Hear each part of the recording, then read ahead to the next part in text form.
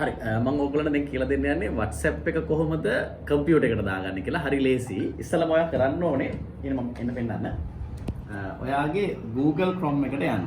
ඔයාගේ මෙතන තියෙන Google Chrome එකට යන්න. මේ Google Chrome එක උඩ ක්ලික් කරලා ඔයා යන්න Google එක අරගෙන ගහන්න මේකේ ටයිප් කරන්න WhatsApp web කියලා.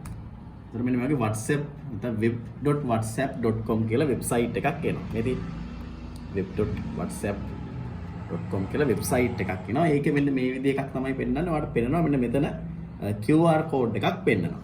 දැන් ඔයාගේ ෆෝන් එකේ WhatsApp එක ඕපන් කරලා මෙන්න මෙතන මේ චූටි ඩොට් තුන උඩ ක්ලික් කරන්න. ක්ලික් කරලා මෙන්න මේ linked devices කියලා තියෙනවා. අන්න ඒක උඩ ක්ලික් කරන්න. දැන් ඔයාගේ ආයෙ වැටෙනවා link a device කියලා. ඒක උඩ ක්ලික් කරාම පොඩි කැමරාවක් ඕපන් වෙනවා. මේ කැමරාව මේක ඕකේ කරන්න මේ වගේ නේවා ඕකේ කරන්න කැමරාවක් ඕපන් වෙනවා.